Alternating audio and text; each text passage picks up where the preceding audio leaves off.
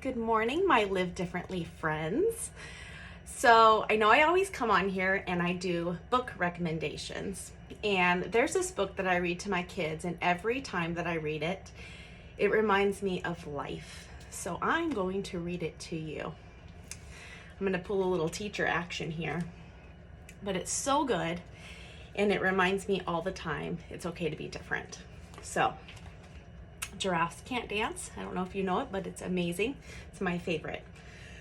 Gerald was a tall giraffe whose neck was long and slim, but his knees were awfully crooked and his legs were rather thin. He was very good at standing still and munching shoots off trees, but when he tried to run around, he buckled at the knees.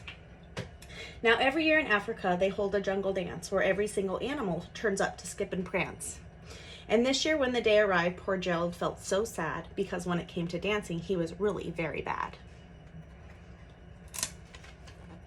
The warthog started waltzing and the rhinos rock and rolled. The lions danced a tango that was elegant and bold. The chimps all did a cha-cha with a very Latin feel, and 8 baboons then teamed up for a splendid Scottish reel.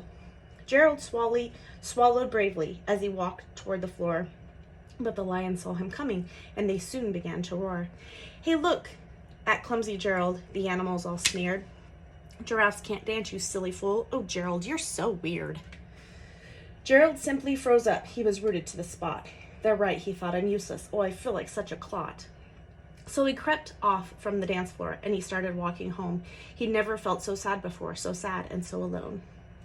Then he found a little clearing, and he looked up at the sky. "The moon can be so beautiful," he whispered with a sigh. "Excuse me," coughed a cricket, who'd seen Gerald earlier on, "but sometimes when you're different, you just need a different song. Listen to the swaying grass and listen to the trees. To me, the sweetest music is those branches in the breeze. So imagine that the lovely moon is playing just for you.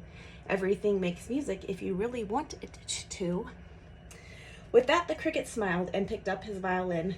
Then Gerald felt his body do the most amazing thing. His hooves had started shuffling, making circles on the ground. His neck was gently swaying and his tail was swishing round.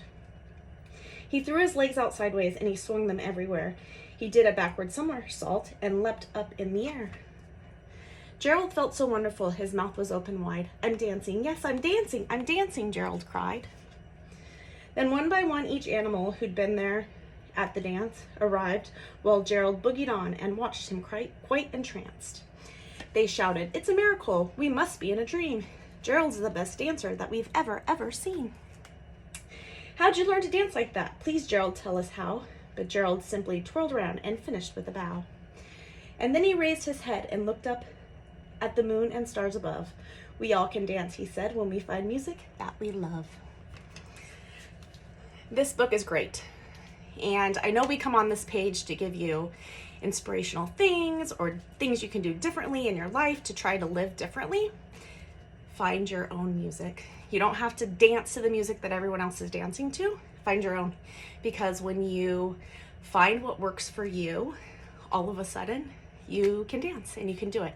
So keep dancing, keep working hard, keep reaching for those goals and dreams. We're here to support you. Have a great day.